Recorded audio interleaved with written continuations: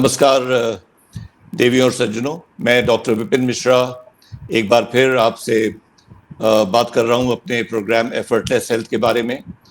और धीरे धीरे करके हम लोग अपने इस प्रोग्राम के प्रैक्टिकल पार्ट के अंत के नजदीक पहुंच रहे हैं। हमने आपको बताया था इसके दो पार्ट्स हैं, एक प्रैक्टिकल पार्ट है जो आपको फॉलो करना है और दूसरा फिलोसॉफिकल पार्ट है जिसको कहते हैं थॉट थेरेपी। तो हम लोग पहले अपना ये प्रैक्टिकल पार्ट खत्म करेंगे, इसके 15 स्टेप्स हैं, उसके बाद फिर हम लोग फिलोसॉफिकल पार्ट की शुरुआत करेंगे। तो इस 15 पॉइंट के प्रैक्टिकल प्रोग्राम में हम लोग 12 पॉइंट पहले डिस्कस कर चुके हैं और पिछली बार हमने पिछले वीक 12वां पॉइंट डिस्कस किया था, वो था टू बी सेल्फ सेंटर्ड। और आज ये 13वां पॉइंट है जिसका नाम है मैनेज योर माइंड। तो जैसा कि हमने आपको इस प्रोग्राम के शुरू से ही बताया हुआ है कि इंसान की जिंदगी में जो कुछ भी होता है वो सब उसके माइंड का ट्रांसलेशन है, उसका माइंड रिफ्लेक्ट करता है। और जो कुछ भी उसके जीवन में होता है तो वो सब माइंड की वजह से होता है। तो ऐसे बोल सकते हैं कि mind is the only human reality. अगर इंसान का कोई अस्तित्व है और कोई वजूद है तो वो उसके माइंड का वजूद है। और अगर हम शरीर की बात करें तो शरीर को ऐसे बोल सकते हैं कि body is just a shadow of the mind. तो जो लोग हेल्थ की बात करते हैं और वो बॉडी की तरफ देखते हैं तो ये बात बिल्कुल क्लियर है कि बॉडी की तरफ देखने से कुछ फायदा नहीं होने वाला है। और बॉडी वैसी ही होती है जैसा माइंड होता है। तो आपके जीवन का अगर कोई एक सत्य है और कोई यथार्थ है तो वो माइंड है। वो माइंड ही आपका भाग्य है, वो माइंड ही आपका आपका पूरा जीवन है, वो माइंड ही आपका स्वास्थ्य है, वो माइंड ही आपकी बीमारी है, और वो माइंड ही आपकी सफलता है, और वो माइंड ही आपकी असफलता है। जो कुछ भी है आपका पूरा जीवन एक चीज से डिसाइड होता है और वो है आपका माइंड। ये माइंड दो तरफ काम करता है, एक तो ये बाहर की तरफ काम करता है, तो बाहर की तरफ ये आपका बिहेवियर डिसाइड करता है। क्योंकि जो आपका परसेप्शन होता है वो माइंड में परसेप्शन होता है। अगर आप किसी सिचुएशन में डरे हुए हो तो नेचुरली ये आपका परसेप्शन है, और जरूरी नहीं कि हर आदमी उस सिचुएशन में डरा हुआ हो। तो अगर आप डरे हुए हो तो आपका व्यवहार अलग होगा। कोई आदमी है जो एक पर्टिकुलर सिचुएशन में बहुत इनसिक्योर फील कर रहा है और बहुत स्ट्रेस फील कर रहा है तो उसका व्यवहार दूसरा होगा।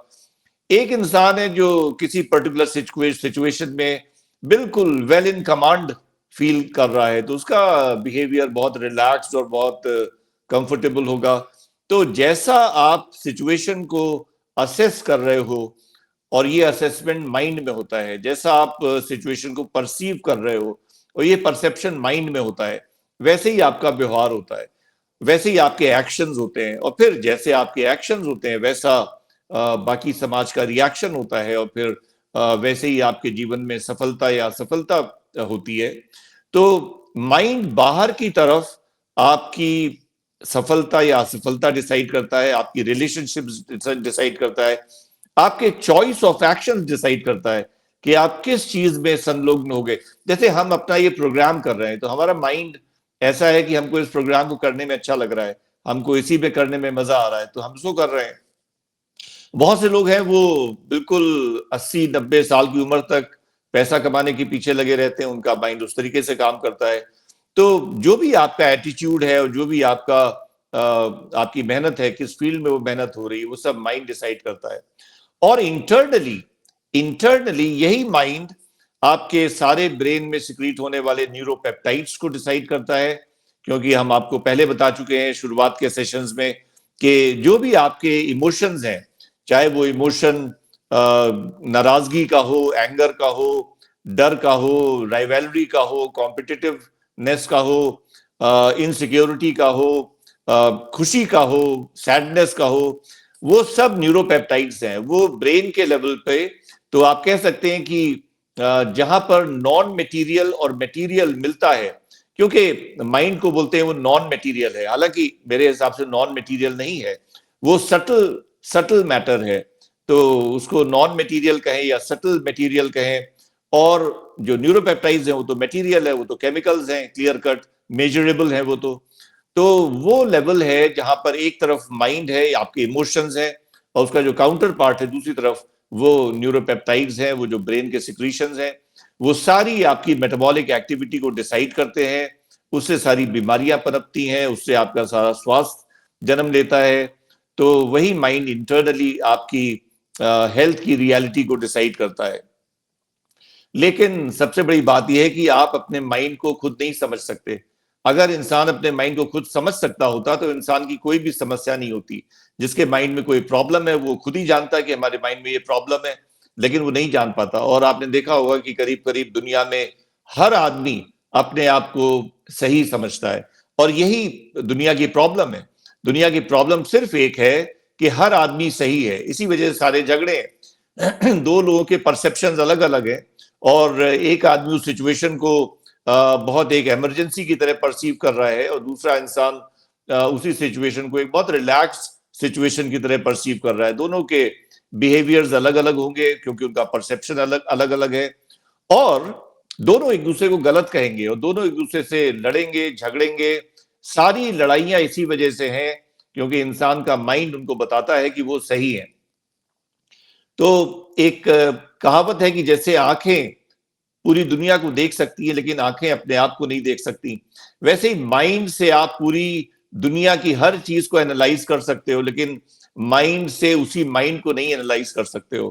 तो आपको दूसरों की मदद लेनी पड़ेगी। अगर आप जरा भी चाहते हो कि आपका माइंड इंप्रूव हो और चेंज हो, तो आपको दूसरों की मदद लेनी पड़ेगी, क्योंकि दूसरे आपको जिस तरीके से देखते हैं वो एक बहुत फर्क तरीका है। वो ऑब्जेक्टिवली देख रहे हैं, वो आपके फेशियल एक्सप्रेशन को देख रहे हैं, वो आपके आंखों के एक्सप्रेशन को देख रहे हैं, वो आपकी बॉडी लैंग्वेज को देख रहे हैं।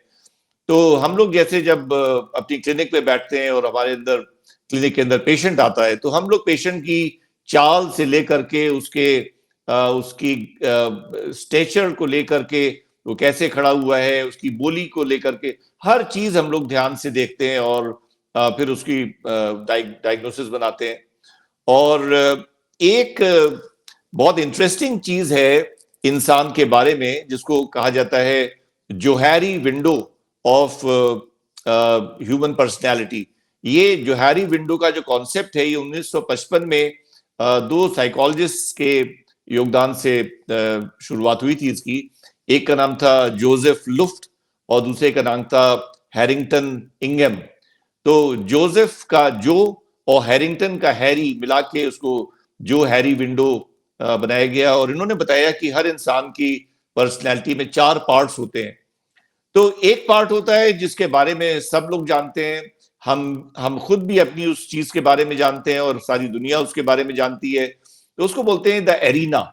द एरीना का मतलब है कि हमारा जीवन ऑलमोस्ट 90% उसी एरीना में बीतता है, वो हमारा काम करने का दायरा है। तो जैसे कि हमारे बारे में कि हम डॉक्टर हैं, एंडोक्रिनोलॉजिस्ट हैं, ये हम भी जानते हैं और सारी दुनिया जानती है, और हमसे जो लोग मिलते हैं तो वो उसी तरीके से हमसे बात करते हैं जैसे उनको एक डॉक्टर से और एंडोक्रिनोलॉजिस्ट से बात करनी चाहिए। दूसरा एरिया वो होता है जिसके बारे में हम तो जानते हैं लेकिन हम दूसरों के को उसके बारे में नहीं पता लगने देते हैं, तो उसको बोलते हैं द फैसाड। द फैसाड का मतलब है कि हमने अपना एक ऐसा बाहर से मुखौटा लगा लिया है कि जो लोग देखते हैं वो हमारे उस मुखौटे को देख के भ्रमित हो जाते हैं और हमारी सच्चाई नहीं जान पाते। हालांकि हम तो अपनी सच्चाई जान रहे होते हैं लेकिन दूसरे हमारी उस सच्चाई को नहीं जान पाते हैं, तो उसकी वजह से उनका बिहेवियर हमारे साथ दूसरा होता है। और तीसरा होता है, उसको बोलते हैं the blind spots. The blind spots का मतलब है कि हमारी पर्सनैलिटी में बहुत सी चीजें ऐसी हैं जो दूसरे जान पाते हैं। दूसरे तो क्लियरली देख रहे हैं, जो हमसे इंटरैक्ट कर रहे हैं, हमारे साथ व्यवहार कर रहे हैं, लेकिन हमको उनके बारे में कुछ नहीं पता होता है, हम उनके बारे में बिल्कुल अंधे होते हैं। तो इनको बोलते हैं द ब्लाइंड स्पॉट्स, और ये वो चीजें हैं जो दूसरे हमको बता सकते हैं। और अगर हम अपने जो फैसाड को, जो हमने छुपा रखा है, वो भी उनसे डिस्कस करें तो उसके बारे में भी वो हमको बहुत अच्छी राय दे सकते हैं। आपको ध्यान होगा कि हमने जब दोस्त के बारे में सेशन किया था तो हमने आपसे बताया था कि दोस्त आपकी इतनी मदद करता है जो बहुत डॉक्टर्स और बहुत आपके थेरेपिस्ट भी नहीं कर सकते, क्योंकि दोस्तों के साथ आप शेयर करते हो अपनी पूरी जिंदगी की कहानी, और आपको काफी वो अच्छी सलाह दे सकते हैं। और जो चौथा पार्ट होता है इंसान की पर्सनैलिटी का, वो होता है the mystery zone. The mystery zone वो होता है जिसके बारे में ना हम जानते हैं ना कोई और जानता है। हाँ, जान सकते हैं, ऐसी पॉसिबिलिटी है लेकिन 80% लोग उसको बिना जाने ही जीवन से विदा हो जाते हैं, क्योंकि उतनी गहराई तक ज्यादातर लोग पहुंचते नहीं है। तो ये चार हमारे पर्सनैलिटी के पार्ट्स होते हैं, और इसकी एनालिसिस हम सिर्फ दूसरों की मदद से कर सकते हैं। तो अब पूछा जा सकता है कि अगर माइंड सब कुछ डिसाइड करता है हमारे जीवन में, तो फिर एक अच्छे माइंड की, जो कि हमको अच्छा जीवन भी दे और सफलता भी दे और अंदर हमारी अच्छी तंदुरुस्ती भी दे, उसकी क्या पहचान है? तो उसके हम 12 आपको पहचान बताएंगे। पहली चीज है naturally and spontaneously happy mind और जॉयफुल माइंड। तो ये जो प्रसन्न चित्त मन होता है, प्रसन्न चित्त मन का मतलब है कि वो ऐसी चीज नहीं है कि हम कोई प्रसन्नता बाहर ढूंढ रहे हैं। हम, अगर ऐसा कहा जाता है कि आप अपनी हैप्पीनेस को बाहर ढूंढ रहे हैं, then misery is the only possibility, because you are searching in the wrong direction. और हम अपने सभी मरीजों को याद दिलाते हैं, उनसे हम कहते हैं कि तुम याद करो कि जब तुम 1 साल के थे, तब तुम हमेशा खुश रहते थे, कभी तुम दुखी नहीं होते थे, कभी परेशान नहीं होते थे, और वैसा तुम्हें बनाने वाले ने बनाया था। The almighty had made you like that, but because he had created you from the material of happiness. और उस छोटे बच्चे से अगर कोई पूछता कि तुम क्यों खुश हो, तुम्हारी खुशी का राज क्या है, तो वो हंसता, क्योंकि ये तो सवाल ही बेतुका है। खुशी के लिए कोई किसी वजह की जरूरत नहीं होती है। That is the nature of a human being. और एक कहावत है अंग्रेजी में, वो कहते हैं कि that there is no way to happiness, happiness is the way. तो तुम सारे काम जीवन के खुश होके भी कर सकते हो, खुश रह के भी कर सकते हो। और हाँ, अगर तुम कुछ ऐसा काम कर रहे हो कि तुम उस काम से और उस व्यवहार से खुशी तलाश रहे हो, तो वो बाहर की दुनिया में मिलने वाली नहीं है। दूसरा है पीसफुल और नॉन एंग्शियस माइंड। ये जो पीसफुल माइंड होता है, इसके टेस्ट होते रहते हैं रोज आपके जीवन में, या रोज नहीं तो मतलब अक्सर एक डेफिनेट रेगुलरिटी के साथ कुछ ना कुछ ऐसा होता रहेगा जो आपकी पीस को टेस्ट करेगा। और हमने आपको पिछले सेशन में एक ओशो का उदाहरण बताया था कि ओशो कहते हैं कि अगर आपके हाथ में चाय का प्याला है और पीछे से कोई धक्का देता है, तो आपकी चाय छलक जाती है और जमीन पे गिर जाती है, और कोई आपसे पूछे कि चाय क्यों गिरी, तो आप कहेंगे कि पीछे वाले ने धक्का दिया था। और ये जवाब ओशो कहते हैं कि बिल्कुल गलत है। सही जवाब ये है कि आपके कप में चाय थी। तो कोई भी इमोशन आपके आपके शरीर से और आपके व्यवहार से बाहर निकलता है और लोग उसको देखते हैं, या और नहीं देख पाते हैं, तो कम से कम आप तो देख ही रहे हैं, आप तो जानते ही कि वो इमोशन आपको अफेक्ट कर रहा है, तो इसका मतलब वो इमोशन आपके अंदर था। और पीस ऑफ माइंड एक ऐसी चीज होती है कि ये सारे इमोशंस को खत्म कर देती है। आप इतना रिलैक्स्ड हैं और आपको बिल्कुल समझ में आ रहा है कि जीवन में कोई मसले नहीं है, जीवन में कोई इश्यूज नहीं है। और तीसरा पॉइंट है सेटिस्फाइड माइंड। सेटिस्फाइड माइंड का मतलब है संतुष्ट मन। संतुष्ट जो कुछ भी है हमारे पास, अगर हम बीमार हैं तो बीमारी से भी संतुष्ट हैं, क्योंकि और बड़ी बीमारी हो सकती थी जो नहीं हुई। तो संतुष्टि का ये मतलब नहीं कि हम वेट करेंगे जब हमारे पास बहुत कुछ आ जाएगा तब हम संतुष्ट होंगे। नहीं, संतुष्टि एक क्वालिटी है, और वो क्वालिटी स्टार्टिंग से ही होती है। वो ऐसा नहीं है कि हमको बहुत कुछ मिलने के बाद वो डेवलप होगी।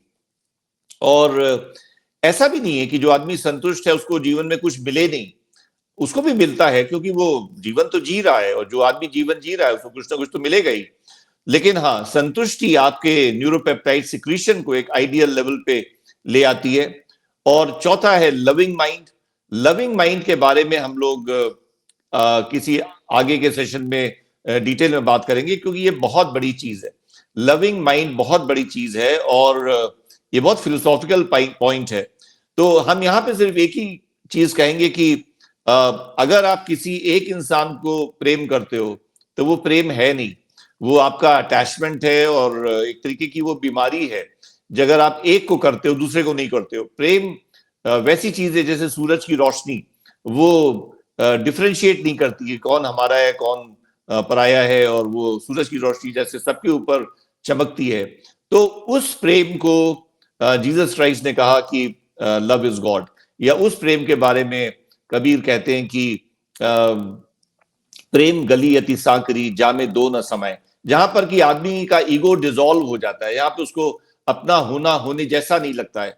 और उसके बारे में हम लोग डिटेल में बात करेंगे, लेकिन हाँ, लविंग माइंड बहुत इंपॉर्टेंट चीज है, बहुत बड़ी चीज है।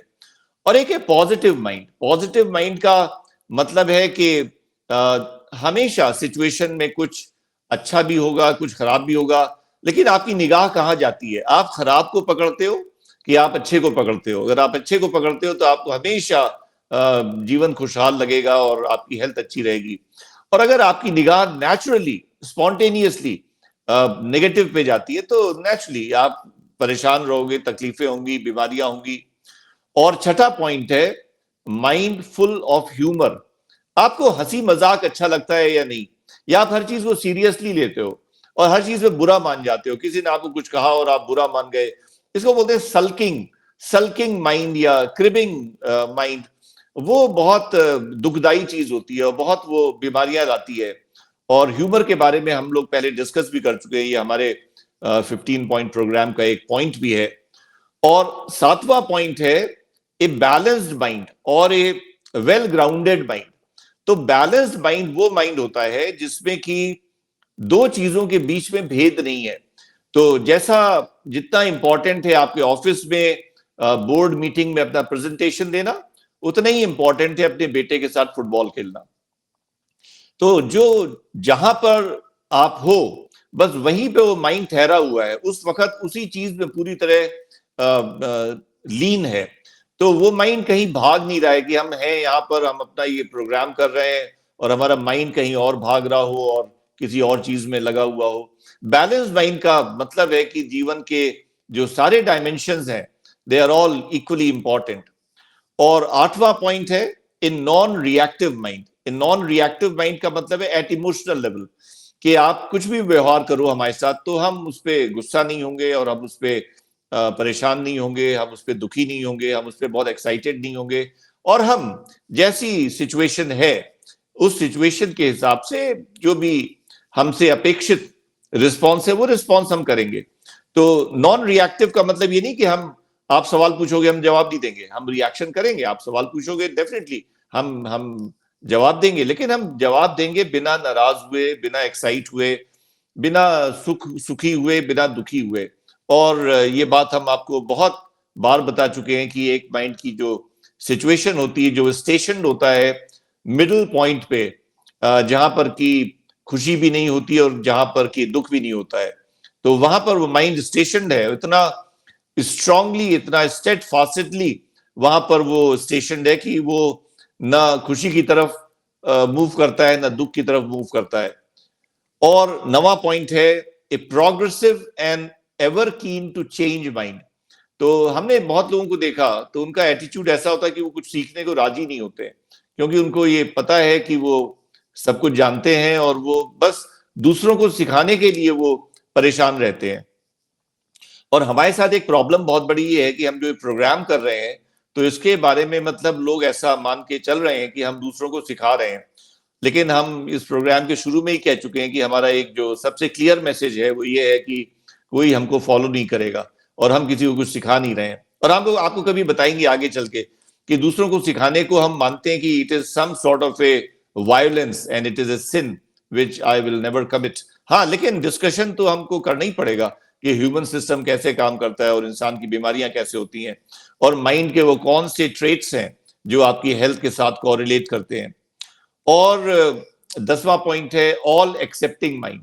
ये ऑल एक्सेप्टिंग माइंड करीब करीब वैसी ही चीज है जैसी है नॉन रिएक्टिव माइंड, क्योंकि आपके चारों तरफ जितने भी लोग हैं वो सब अलग हैं। और ये भगवान की एक बहुत बड़ी कहा जाए खासियत है कि उन्होंने जो ये दुनिया बनाई है इसमें कोई दो लोग एक जैसे नहीं बनाए हैं। तो जब कोई दो लोग एक जैसे नहीं है तो नेचुरली हमारे सामने जो भी होगा XYZ, उसका बिहेवियर हमारे बिहेवियर से फर्क होगा, या उसका बिहेवियर हम कहें कि हमारे एक्सपेक्टेशन से मैच नहीं करेगा, वो हमारी एक्सपेक्टेशन से अलग होगा, तो हम उसको एक्सेप्ट करेंगे। हम मानेंगे कि ये ये भगवान का बनाया नियम है, और जो भी हमारे हमारे साथ सामने हमारे इंसान बैठा हुआ है उसका बिहेवियर, उसके एक्शंस हमारे एक्सपेक्टेशंस के हिसाब से नहीं होंगे, और हम बिना नाराज हुए और बिना एक्साइट हुए उसके साथ कोलैबोरेट करेंगे, और कोलैबोरेशन नहीं पॉसिबल है तो नहीं करेंगे, रिलेशनशिप में रिमेन और मे एंड, बट लेकिन बुरा मानने वाली कोई बात नहीं है। ऑल एक्सेप्टिंग माइंड उसको बोलते हैं। 11वां पॉइंट है mind full of gratitude. Gratitude का मतलब है कि कृतज्ञता, या कहा जाए उसको कि शुक्राना, शुक्राना कहते हैं। तो एक हम पाकिस्तानी वीडियो देख रहे थे, वो बहुत अच्छा वीडियो था। उसमें जो गेस्ट था, मुझे उनके नाम नहीं याद है कि क्या उनके नाम थे, नाम उसमें बताए भी नहीं गए थे। और ऐसे कुछ कुछ बहुत अच्छे वीडियोस होते हैं जो बहुत वायरल हो जाते हैं फिर व्हाट्सएप पे बहुत सर्कुलेट होते हैं। तो उसमें वो गेस्ट बता रहे थे कि स्कूल में एक बार टीचर ने कहा कि कोई 10 बातें ऐसी लिखो जिनके लिए तुम्हें मतलब भगवान के लिए ग्रेटिट्यूड होना चाहिए, कृतज्ञता होनी चाहिए। तो सोचने लगा कि क्या लिखें, पढ़ाई में भी कोई इतना तेज नहीं है कि उसके बारे में कोई कृतज्ञता हो, या हेल्थ भी कोई ऐसी नहीं है, खेल में भी कोई इतना तेज नहीं है, और पैसा भी नहीं है जीवन में इतना, मिडिल क्लास सोसाइटी को बिलोंग करते हैं। वो नहीं सोच पाया, आधे घंटे का टाइम बीत गया और वो बिल्कुल नहीं सोच पाया कि क्या लिखें जिसके लिए हम भगवान के शुक्रगुजार होने चाहिए। फिर टीचर ने बताया कि तुम आज जिंदा हो, क्या ये वजह काफी नहीं है? क्योंकि एक बहुत बड़ी तादाद है बच्चों की जो 1 साल के पहले उनकी मृत्यु हो जाती है, उसको बोलते हैं इन्फेंट मोर्टेलिटी रेट। तो जैसे जैसे हमारी मेडिकल सर्विसेज इंप्रूव हो रही हैं तो इन्फेंट मोर्टेलिटी रेट बहुत कम आ गई है, लेकिन फिर भी एक बड़ी तादाद है बच्चों की जो 1 साल अपना पहला बर्थडे नहीं मना पाते हैं। लेकिन अगर कोई आदमी 20 साल की उम्र पे अपना 20वां बर्थडे मना रहा है तो बहुत बड़ी बात है ये कृतज्ञता के लिए। फिर आपके सर पे छत है, आपको 2 वक्त का खाना मिल रहा है, आपको रहने के लिए, आपको सोने के लिए बिस्तरा मिल रहा है, पहनने के लिए कपड़े मिल रहे हैं, बहुत बातें हैं। फिर उसने कहा कि अगर गौर से देखा जाए तो कोई भी चीज ऐसी नहीं है जिसके लिए ये कृतज्ञता का भाव नहीं होना चाहिए। फिर उसने ये भी कहा कि हम लोग इंसान के रूप में पैदा हुए, हम लोग बंदर भी हो सकते थे, और अगर हम लोग बंदर होते तो पेड़ों पे बैठे होते और बारिश में भीगते और सूरज की गर्मी में झुलसते, और यहाँ हम लोग बैठे हुए सोफे पर एयर कंडीशन रूम पे। तो ये नहीं पूछना चाहिए कि ग्रैटिट्यूड किस वजह से हो। ग्रैटिट्यूड का एक भाव होता है जो अच्छी सेहत के साथ कोरिलेट करता है। और 12वीं चीज है self centred mind. Self centred mind के बारे में हम पिछली बार भी बात कर चुके हैं कि हम कभी भी सिचुएशन को नहीं दोष देंगे, हम सिचुएशन की बात नहीं करेंगे कि जीवन में हमें क्या मिला और क्या नहीं मिला, वो सब पागलपन की बात है, उसको कर्म फल कहते हैं। और हम जावेद किसी दिन लॉ ऑफ कर्मा भी डिस्कस करेंगे जिस तरीके से हमने समझा। और लॉ ऑफ कर्मा इतनी फ्रीडम देता है इंसान को, इतनी फ्रीडम देता है विच इज अनमेजरेबल। तो सेल्फ सेंटर्ड माइंड का मतलब है कि कोई भी सिचुएशन हो, हम सिचुएशन को एनालाइज नहीं करेंगे, सिचुएशन को बुरा भला नहीं कहेंगे, हम क्रिबिंग नहीं करेंगे, लेकिन हमको बस ये समझ में आ जाएगा कि इस सिचुएशन में हमें क्या करना है। हम अपना रास्ता ढूंढ लेंगे कि हमारा एक्शन क्या होना चाहिए। I will focus on my action, इसको कहते हैं to be centred on self action. और तो ये कर्म की प्रधानता की भी हम बात कर रहे हैं। और जो हमको चारों तरफ एक सिचुएशन मिली हुई है जो दूसरों ने क्रिएट करी है, वो कर्मफल है, और हमको जो करना है वो हमारा कर्म है। उस पे हम स्टेट फास्टेडली बिल्कुल उस पे सेंटर्ड रहेंगे। ये मतलब होता है टू बी सेल्फ सेंटर्ड। तो ये 12 पॉइंट्स हैं। आप देखो आपके अंदर इनमें से 12 पॉइंट्स में कौन सा पॉइंट मिसिंग है, और आप कहेंगे कि ये 12 पॉइंट पाए जा सकते हैं, कोई इनको डेवलप कर सकता है या नहीं। 100% डेवलप कर सकता है पूरे के पूरे 12 पॉइंट। लेकिन सबसे बड़ी बात है कि एक डिजायर होनी चाहिए। ये अनायास नहीं होगा, ऐसे नहीं हुआ कि आप कहो कि हम सपना देखते देखते ये हमारे 12 पॉइंट्स डेवलप हो जाए। नहीं, आपको अंदर से बिल्कुल एक बहुत बड़ी पुकार होनी चाहिए कि ये 12 पॉइंट्स हमारे अंदर आ जाएं। जब तक वो डिजायर नहीं आएगी तब तक कुछ नहीं होगा। दूसरी बात हम कहेंगे कि ये पूरा का पूरा हमारा जो प्रोग्राम है, इसको अगर आप फॉलो करते हैं इन लेटर एंड स्पिरिट, जितना कर पाए। हो सकता है कि आप पूरे 15 पॉइंट नहीं फॉलो कर पाए, तो कोई बात नहीं है, आप चाहते थे लेकिन परमात्मा नहीं चाहता था। तो जैसे हम पहले नजफ से बातें कर रहे थे, तो ये बात आई कि my will is the disease, almighty's will is my real life in which I am happy. तो परमात्मा नहीं चाहता था कि हम इस प्रोग्राम को फॉलो कर पाए, तो नहीं कर पाए उतना, लेकिन हाँ अंदर से चाहते थे और जितना कर सकते थे उतना करेंगे हम उसको। और एक बात है कि अच्छी कंपनी के साथ रहो, तुम वैसे ही बन जाते हो जैसे जिस कंपनी में तुम रहते हो। तो एक अंग्रेजी में कहावत है कि your reality is just the average of those 5 people with whom you spend your maximum time. तो देखो तुम किसके साथ जीवन बिता रहे हो, और अच्छी कंपनी होगी तो नेचुरली तुम्हारे अंदर भी उनके गुण आएंगे। और हमने एक साइको एनालिसिस की बात करी थी कि कोई ऐसा होना चाहिए जीवन में जिससे तुम अपना जीवन शेयर कर सको, जिससे तुम अपना जीवन शेयर कर सको। और वो अगर अकलमंद इंसान है और बहुत मैच्योर्ड इंसान है, तो आपको बहुत मैच्योर्ड एडवाइस भी दे सकता है। और हमारा ये दृढ़ विश्वास है कि ये जैसे हम प्रोग्राम ये कर रहे हैं अपना, और इस प्रोग्राम को आप लोग फॉलो करो ना करो, हम खुद फॉलो कर रहे हैं। और दूसरे तो खैर हम उनसे कह ही रहे हैं कि हमारी बातों को मत फॉलो करना, लेकिन हम खुद फॉलो कर रहे हैं। और हमको ये 100% विश्वास है कि जिस दिन हमारी पात्रता होगी, उस दिन हमारे सामने जो सबसे बड़े गुरु हैं, तो वो भी हमारे सामने होंगे। जो गुरु आपकी लेवल के और आपकी कैपेसिटी के हिसाब से आपको मिलेगा। So you have to just go on increasing your level of maturity and evolution. तो साइको एनालिसिस वाली बात हमेशा ध्यान रखता है कि अगर कोई आपकी जीवन में ऐसा इंसान है जिसके साथ आप अपने सारे जीवन की बातों को शेयर कर सकते हो, तो एक बहुत बड़ी चीज है आपके लिए, बहुत बड़ी नियामत है। और हमेशा उन लोगों की बात सुनो जिनको आप समझते हो कि आपके वेल विशर्स हैं, क्योंकि वो आपको बाहर से देख रहे हैं, आपको ऑब्जेक्टिवली देख रहे हैं। और अपनी माइंड की पिक्युलैरिटीज को समझो, उनको देखो, और जस्ट उनको देखने से माइंड चेंज होता है। तो अब हम बात करेंगे कि क्या मेंटल एक्सरसाइजेज करी जा सकती हैं। तो आपको ये बात तो समझ में आ गया कि हमारा सारा जीवन माइंड का ही रिफ्लेक्शन है on the surface of time. तो अब हमको पूरा का पूरा ये एफर्टलेस हेल्थ प्रोग्राम फॉलो करना है जितना कर पाएंगे। और कुछ मेंटल एक्सरसाइजेज हम आपको आज बता रहे हैं कुछ और मेंटल एक्सरसाइजेज हम बीच बीच में बताते रहेंगे आपको। हम आपको कभी कभी बीच में वो भी बताते हैं कि पॉइंटर्स ऑफ कॉन्शियसनेस की क्या पॉइंटर्स हैं, जिससे आपको समझ में आएगा कि आपकी कॉन्शियसनेस आइडियल लेवल पे जा रही है नहीं जा रही है। तो आज हम आपको थोड़े से मेंटल एक्सरसाइजेज बताएंगे।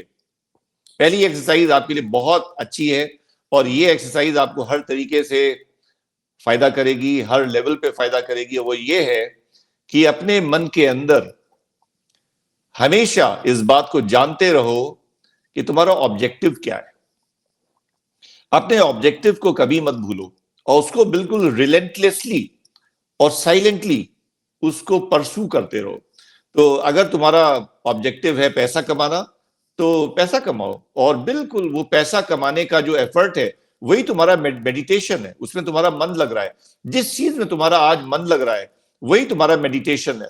और तो तुमको हमेशा पता होना चाहिए, तुम जिस भी ग्रुप में हो, जिस भी इंसान के साथ हो उससे तुम बातें कर रहे हो, तो बातों में वो कौन से पॉइंट्स हैं जो तुम्हारे ऑब्जेक्टिव को फुलफिल करने में मदद कर सकते हैं। और हमेशा थोड़ा होशियार बनो, क्योंकि तुम बिल्कुल ऐसे आमने सामने किसी से कह दोगे कि हम आपको ये चाहते हैं कि आप हमारी मदद करो इसमें, तो हो सकता है वो मना भी कर दे, लेकिन आप फिर रिलेशनशिप डेवलप करो। रिलेशनशिप डेवलप हो जाती है तो बहुत सी चीजें अपने आप हो जाती हैं। फिर उस आदमी को भी लगने लगता है कि नहीं, ये रिलेशनशिप में हमें भी अच्छा लग रहा है और हमारा भी मतलब इससे एवोल्यूशन हो रहा है। तो जितनी आपकी रिलेशनशिप स्ट्रांग होंगी, उतना नेचुरली आपको दूसरों के इनपुट्स ज्यादा मिलेंगे। हाँ, लेकिन बिल्कुल ऐसा नहीं कि आप बहक जाओ, आप दूसरों की बातें सुनो और बिल्कुल बहक जाओ कि हम भूल ही गए कि हमको करना क्या था। तो इसको बोलते हैं कि आए थे हरिभजन को, उठन लगे कपास। हम भूल ही गए कि हमारा ऑब्जेक्टिव क्या था। तो अपने ऑब्जेक्टिव को हमेशा ध्यान रखो, ये एक बहुत बड़ी मेंटल एक्सरसाइज है। और दूसरी बात, हम अक्सर अपने मरीजों को बताते हैं और जो भी हमारे प्रोग्राम को फॉलो करते हैं उनको बताते हैं कि एक मंत्र है, वो मंत्र है सो व्हाट। अगर इसको हिंदी में बोलेंगे तो उसका मतलब होगा तो क्या हुआ। तो तुमको बड़ी से बड़ी चीज मिल जाए जो कि तुमने कभी सपने में भी ना सोची हो, तो भी बोलना सो व्हाट। क्या होता है, मतलब ऐसा तो नहीं कि इस संसार में ये चीज पहली बार हमें मिली है। और खराब से खराब तुम्हारे साथ हो जाए तो भी बोलो सो व्हाट। ऐसा भी नहीं कि ये जो तकलीफ आई है ये दुनिया में सिर्फ हमारे ऊपर आई है। तो जब एक नॉर्मल चीज है जो किसी के साथ भी हो सकती है, मुझे एक वो ध्यान आता है कि अमेरिका का एक टेनिस प्लेयर था, मैं नाम कंफ्यूज कर रहा हूं लेकिन शायद आर्थर एश उसका नाम था, और उसने विंबलडन शायद 5 बार जीता था, और बहुत फेमस था अपने टाइम में। और उसको एक कैंसर हो गया था, तो लोग उसको जो मिलने आते थे ओल्ड एज में, तो फिर वो लोग बहुत दुखी थे और उससे आश्चर्यचकित भी थे क्योंकि बहुत बड़ा एथलीट था वो। तो उन्होंने कहा कि तुम्हें क्यों हुआ ये, तो समझ में बात बिल्कुल नहीं आ रही। तो उसने कहा कि आर्थर एश ने, कि अमेरिका में हर साल करीब करीब 100,000 नए बच्चे टेनिस खेलना शुरू करते हैं, और उन 100,000, 1 लाख नए बच्चे जो खेलना शुरू करते हैं उसमें करीब करीब 20 लोग इंटरनेशनल सर्किट में पहुंचते हैं। उन 20 में से एक होता है जो विंबलडन की ट्रॉफी अपने हाथों में उठाता है। और हमने वो ट्रॉफी 5 बार अपने हाथों में उठाई, और हमने कभी नहीं पूछा भगवान से कि वाई मी। वो जो 1 लाख बच्चे हमारे साथ जिन्होंने खेलना शुरू किया था, उनमें से और किसी को क्यों नहीं मौका मिला ये ट्रॉफी उठाने का, वाई मी। और ये बहुत बड़ी धृष्टता होगी अगर आज हमें कैंसर हो गया और हम पूछे कि वाई मी। नहीं, ऐसी कोई तकलीफ नहीं है जो दुनिया में सिर्फ हमको हुई हो या हो सकती है या होगी। और कोई ऐसी बड़ी चीज नहीं है जो सिर्फ हमारे साथ होगी। तो हम हर सिचुएशन में एक ही बात बोलेंगे, सो व्हाट। अगर हमारा नुकसान हो गया तो ठीक है, हो गया, सो व्हाट। जीवन खत्म नहीं हो जाता किसी नुकसान से, और जीवन खत्म नहीं हो जाता किसी फायदे से। अच्छा, हमारे एक पेशेंट थे वो कानपुर में, तो वो हमारे पास आए और उन्होंने कहा कि डॉक्टर साहब, हम 6 महीने से आपका मंत्र पढ़ रहे हैं, हर चीज पे कहते हैं सो व्हाट, लेकिन कुछ फर्क नहीं पड़ा, और अभी भी हमारा मन वैसे ही का वैसा है। तो हमने कहा तुमने उस मंत्र की आत्मा नहीं समझी। तो बोले नहीं, हमने मंत्र की आत्मा समझी। जो कुछ भी हमारे जीवन में होता है उसमें हम सब पे बोलते हैं कि सो व्हाट, और बिल्कुल चाहते हैं कि कोशिश करते हैं कि हम बिल्कुल नॉर्मल हो जाए, लेकिन 6 महीने से कर रहे हैं और अभी तक कुछ नहीं हुआ। तो हमने उनको बोला कि जब 6 महीने से तुम मेहनत कर रहे हो और कुछ नहीं हुआ, तो फिर तुम्हें कहना चाहिए था ठीक है नहीं हुआ, so what. When you go on repeating this mantra endlessly, then big magic happens. अच्छा, इसके बाद हम एक वो आपको प्रैक्टिस बताएंगे जो हमने काफी करी है, उससे बहुत फर्क पड़ता है। उसको ओशो कहते हैं साक्षी ध्यान, कि अपने बॉडी के प्रति सजग रहो। जैसे दूसरे आपके शरीर को देखते हैं, आप खुद भी अपनी बॉडी को देखो, लेकिन अपनी बॉडी को आप वैसे नहीं देखोगे जैसे दूसरे देख रहे हैं। आप सिर्फ उसके प्रति सजग रहोगे कि आपकी पीठ कैसी है, आपके हाथ कैसे हैं, पैर कैसे हैं, और कहीं पे कोई तनाव है, कहीं पे कोई और फीलिंग है। आप जो भी मूवमेंट कर रहे हो उस हर मूवमेंट के प्रति सजग रहो। तो शुरू शुरू में थोड़ा ऐसे ये ड्रामे की तरह लगेगा कि ये ड्रामा कर रहे हैं, लेकिन बाद में फिर अच्छा लगने लगेगा और बड़ा ऐसे रिलैक्सेशन होगा। तो ये फर्स्ट स्टेज है और बड़ी आसान है। फर्स्ट स्टेज में कोई मुश्किल नहीं है।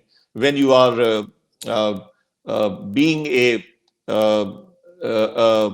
Observer of your body. दूसरा लेवल है कि अपने थॉट्स के ऑब्जर्वर बनो।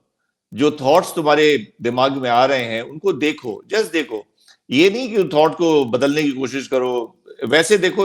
ओशो कहते हैं जैसे सड़क पे चलती ट्रैफिक को देखते हो, you don't identify yourself with the traffic which is going on, लेकिन जस्ट देखना है उसको। और तीसरी चीज है अपने इमोशंस को देखो, अपने गुस्सा को देखो, अपने क्रोध को, और अपनी लालच को देखो, और अपने अहंकार को देखो, और अपने सेक्सुअलिटी को देखो, काम वासना को, बहुत सी चीजें हैं, अपने डर को देखो। तो हमने आपको बताया था कभी कि कानपुर मेडिकल कॉलेज में जब हम किसी को डांटते थे तो अंदर से उसको ऑब्जर्व करते थे कि वो सही तरीके से डांट हो रही है कि नहीं, और उसका इम्पैक्ट जो डिजायरेबल था वो हो रहा है कि नहीं। तो बहुत फर्क पड़ा उससे हमारे। तो क्या होता है कि फिर आपका इमोशन गायब हो जाता है व्हेन यू आर, क्योंकि इमोशन तभी तक रह पाता है जब आपका पूरा इन्वॉल्वमेंट उसके साथ होता है.